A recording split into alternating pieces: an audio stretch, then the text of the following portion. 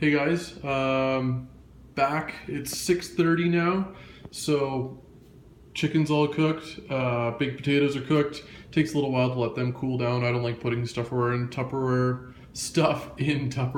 when it's hot, so that's just me. I'm just gonna take you through once again what this whole process looks like of taking all the ingredients and putting it together into a meal. So when we're looking at my template, the ground chicken is chicken breast. You got to make sure that you read that on the product packaging. Sometimes it's chicken thigh, sometimes it's chicken breast.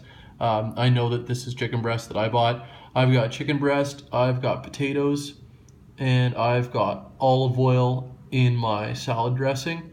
So I'm going to start combining all of these things. So scale's got to go on.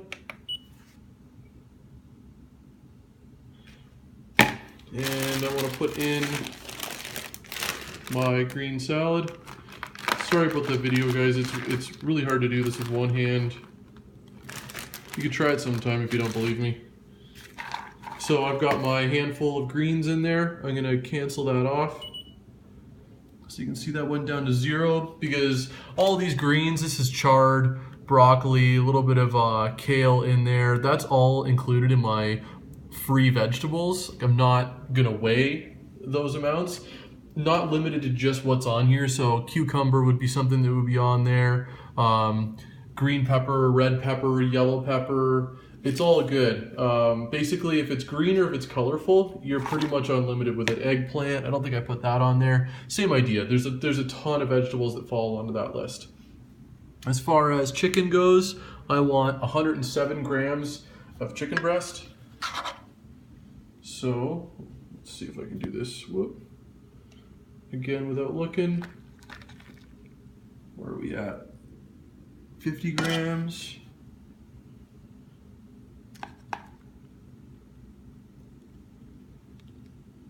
Oh my God, 107. What do I want? 107. Wow, doesn't always work out that way. And then, what are we looking at for potatoes? 338 grams. That's a lot of baked potato. Keep in mind, my plan doesn't look exactly like everybody else's. Oh, and I forgot a step. So I've got the chicken breast in there. I got to 0 it. Back down to 0. And then I know I'm just weighing my potato. 180. I don't know if I'm going to be able to get all this in here.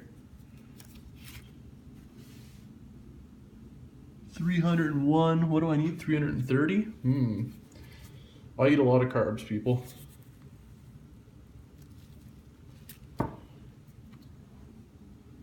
$346, we're getting pretty close. It's not like I'm showing you a little bit of an obsessive side of my personality, but you don't need to be that exact, like the way that I nailed the chicken down to like literally the gram. What you're seeing here on the templates is that there's cooked measurements and there's overall macros in the top right. Your macros are pretty exact. The application, when you get down to cooked food, you got a little bit more wiggle room, you know, plus or minus 5 or 10. Especially on the gram side of things, and you're going to be more than fine. The idea that there's like decimal places on here gives you the illusion of accuracy, but when you get down to differences in like preparation techniques and even down to individual digestion, we're just not able to be that accurate with it. So that's a meal for me.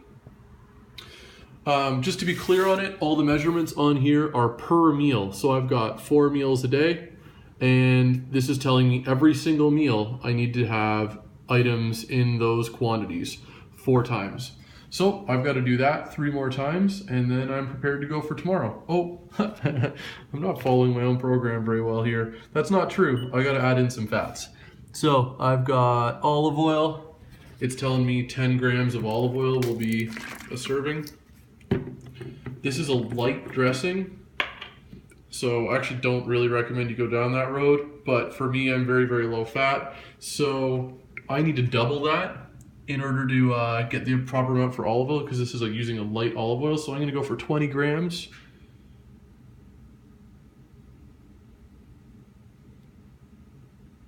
And I hit 22, not the end of the world. So there it is, guys. That is one complete meal. actually done. And I hope that helps. You know, there'll be the exact same process regardless of what you're choosing to eat. That's the process to go through in order to use the template. If you have any questions, just post them underneath this video, guys. Okay.